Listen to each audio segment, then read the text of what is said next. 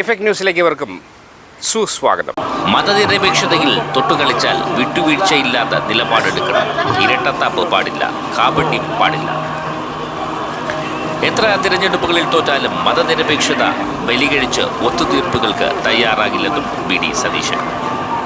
ഒരു വശത്ത് മതനിരപേക്ഷത പറഞ്ഞിട്ട് മറ്റൊരിടത്ത് ചെന്ന് വിദ്വേഷം പ്രസംഗിക്കുന്നവർക്ക് പൊന്നാട ഇടരുതെന്ന് പ്രതിപക്ഷ നേതാവ് വി.ഡി. അഭിവന്ദ്യനായ അധ്യക്ഷൻ റയീസുൽ ഉലമ സുലൈമാൻ മുസ്ലിയാർ ഈ സമ്മേളനം ഉദ്ഘാടനം ചെയ്ത ബഹുമാനപ്പെട്ട കേരള മുഖ്യമന്ത്രി ശ്രീ പിണറായി വിജയൻ, ഈ ജാഥയുടെ യാത്രയുടെ നായകനും സമസ്തയുടെ ജനറൽ സെക്രട്ടറിയുമായ അഭിവന്ദ്യനായ സുൽത്താനുൽ ഉലമ എ.ബി. അബൂബക്കർ മുസ്ലിയാർ, വേദിയിലും സദസ്സിലും ഇരിക്കുന്ന ഏറ്റവും ബഹുമാന്യരായ വിശിഷ്ടാതിഥികളെ, പ്രിയപ്പെട്ട സഹോദരങ്ങളെ, ഈ യാത്ര, കേരളത്തിൻ്റെ ഹൃദയത്തിലൂടെ നടത്തിയ ഈ യാത്ര മനുഷ്യർക്കൊപ്പം എന്ന അതിമനോഹരമായ ഒരു വാക്കുമായിട്ടാണ് വന്നത്.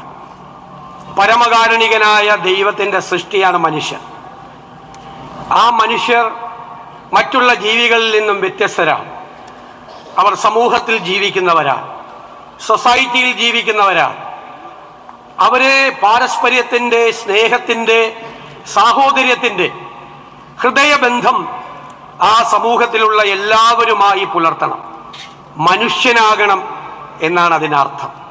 അതിനേക്കാൾ വലിയ ഒരു ദൈവികമായ ഒരു സന്ദേശം വേറെയില്ല. നമ്മുടെ ചുറ്റുപാടുകളിലും കാണുന്ന സങ്കടങ്ങൾ, പ്രയാസങ്ങൾ, ദുരിതങ്ങൾ, കണ്ണുനീര്, അതെല്ലാം തുടച്ചു നീക്കാൻ വേണ്ടിയിട്ടുള്ളതാണ് മനുഷ്യജന്മം എന്നുള്ള പ്രഖ്യാപനമാണ് ഈ കേരള യാത്ര എന്ന് പരാമർശിക്കാൻ ഞാൻ ആഗ്രഹിക്കുന്നു. ഇന്നിവിടെ ബഹുമാനപ്പെട്ട മുഖ്യമന്ത്രിയും ഉസ്താദും ചേർന്ന് ഉദ്ഘാടനം ചെയ്ത ആ പരിപാടി തന്നെ, ആ ഒരു കാരുണ്യ പദ്ധതി തന്നെ അതിനുള്ള ഏറ്റവും വലിയ ഉദാഹരണമായി മാറുന്നു. മനുഷ്യന്റെ സങ്കടങ്ങൾ കാരണം പാർശ്വവൽക്കരിക്കപ്പെട്ട പാവങ്ങളെ ഹൃദയത്തോട് ചേർത്ത് നിർത്തണം എന്ന മനോഹരമായ സന്ദേശമാണ് നൽകുന്നത്. അത് തന്നെയാണ് നമ്മുടെ രാജ്യത്തിൻ്റെയും ലോകത്തിൻ്റെയും സുന്നി പാരമ്പര്യം. അതൊരു സൂഫി പാരമ്പര്യമാണ്. നമ്മുടെ രാജ്യത്തേക്ക് കടന്നു വന്ന സൂഫി വര്യന്മാരുടെ സന്ദേശമാണ്. മനുഷ്യരുടെ ഇടയിൽ സമഭാവന ഉണ്ടാകണം, സാഹോദര്യമുണ്ടാകണം, സ്നേഹമുണ്ടാകണം, സമാധാനപ്രിയരായിരിക്കണം എന്നതാണ് സൂഫി പാരമ്പര്യം. ആ സൂഫി പാരമ്പര്യത്തിൻ്റെ ലെഗസിയാണ്, അതിൻ്റെ പൈതൃകമാണ് അഭിവന്ദ്യനായ ഉസ്താദിൻ്റെ നേതൃത്വത്തിൽ നമ്മൾ മുന്നോട്ട് പോയിക്കൊണ്ടിരിക്കുന്നത്. സമസ്തയുടെ പൈതൃകമാണത്. 70കളുടെ തുടക്കം മുതൽ അതിന് നേതൃത്വം വഹിച്ച ആളാണ് അഭിവന്ദ്യനായ ഉസ്താദ്. ഷംസുൽ ഉലമയുടെയും കണ്ണിയത്ത് ഉസ്താദിന്റെയും കൂടെ പ്രവർത്തിച്ച അനുഭവ സമ്പത്താണ് അദ്ദേഹത്തിനുള്ളത്. അത് കേരളത്തിൽ സമാധാനം പുലരാൻ ഈ മലയാളികളെ സഹായിക്കുന്നുണ്ട് എന്ന കാര്യത്തിൽ യാതൊരു സംശയവുമില്ല.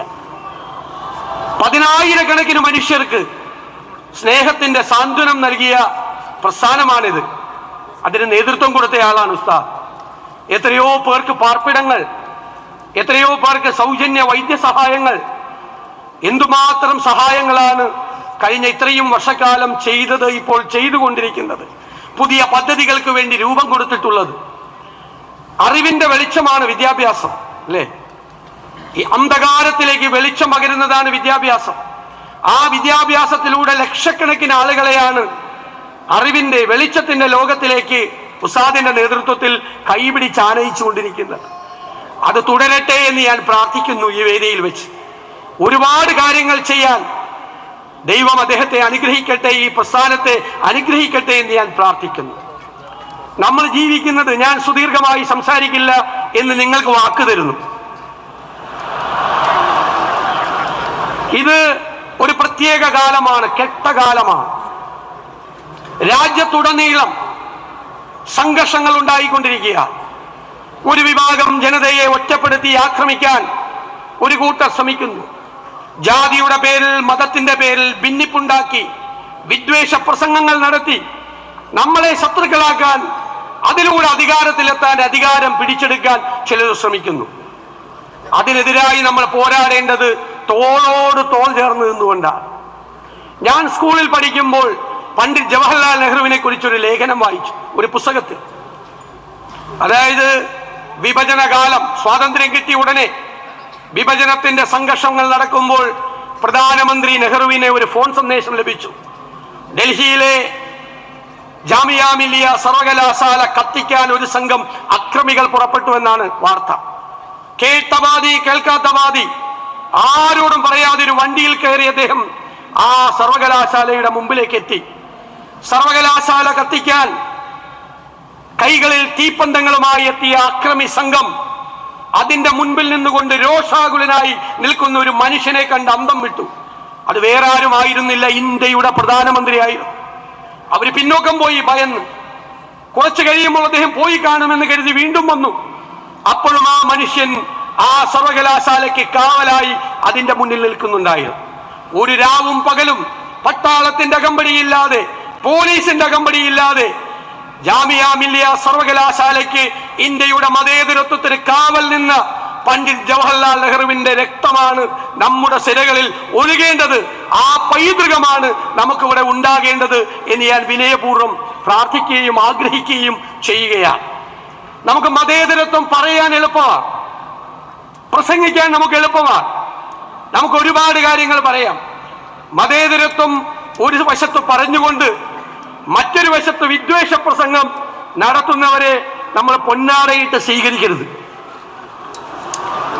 നമ്മൾ മതേതരത്തിനെതിരെ സംസാരിക്കുക, വേറൊരാളെ കൊണ്ട് വിദ്വേഷം പ്രസംഗിപ്പിക്കുക, പിറ്റേ ആഴ്ച അയാൾക്ക് പോയി പൊന്നാടയിടുക. അങ്ങനെ ചെയ്യരുത്. നമ്മൾ കാറി കയറ്റിയാലൊന്നും കുഴപ്പമില്ല, പക്ഷെ കാറി കയറ്റുന്നവരെ നമ്മൾ സൂക്ഷിച്ചു വേണം.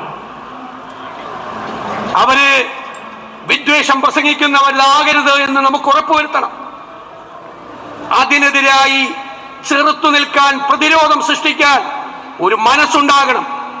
അതിന് കാപട്യമല്ല വേണ്ടത്. വോട്ട് നഷ്ടപ്പെട്ടാൽ വോട്ട് പോകട്ടെ എന്ന് വിചാരിക്കണം. തെരഞ്ഞെടുപ്പിൽ തോറ്റാൽ തെരഞ്ഞെടുപ്പിൽ തോറ്റു പോകട്ടെ എന്ന് വിചാരിക്കണം. മതേതരത്വത്തിൽ തൊട്ട് കളിച്ചാൽ വിട്ടുവീഴ്ചയില്ലാത്ത നിലപാടെടുത്ത് വാക്ക് പറഞ്ഞാൽ വാക്കായി അതിന്റെ കൂടെ നിൽക്കണം. ഇരട്ടത്താപ്പ് പാടില്ല, കാപട്യം പാടില്ല.